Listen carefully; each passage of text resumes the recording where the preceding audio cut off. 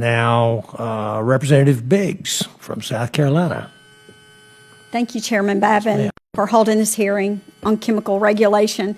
And thank you to the witnesses for being here today and offering your input based on your education and experience. I really appreciate it. American science is the best in the world and has been for over a century.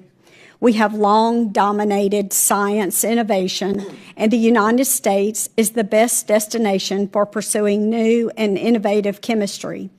My background in healthcare has afforded me the opportunity to read a few, maybe too many, evidence-based practice studies, but anyway, here we are today.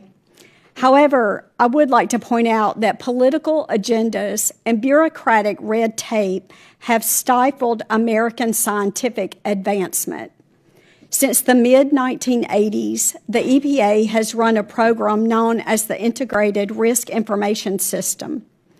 IRIS was formed by the EPA without congressional approval, and its data has been used by TSCA, the Clean Water Act, state agencies to make hazard determinations based on flawed assessments.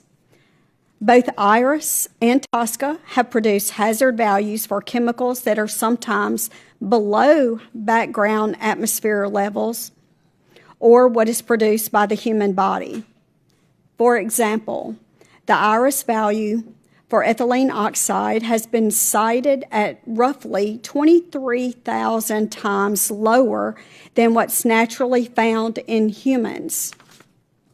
This placed undue burden on industry to comply with standards that have no basis in science and human health.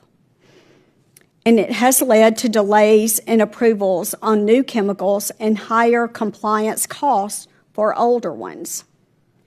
President Trump is committed to restoring the American gold standard of science.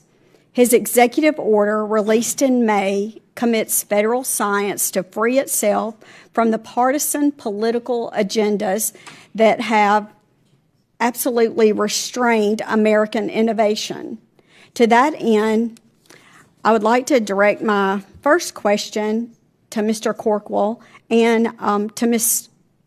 Bertrand. Congress structured America's regulatory system to consider the risk associated with real-world uses. This uniquely provides our nation with a competitive advantage in innovation over places like Europe and China. However, as I mentioned before, IRIS seems to push unsound science that is far beyond what is reasonable and practicable. Can you speak to how the IRIS system has undermined that competitive advantage of our risk-based regulatory system?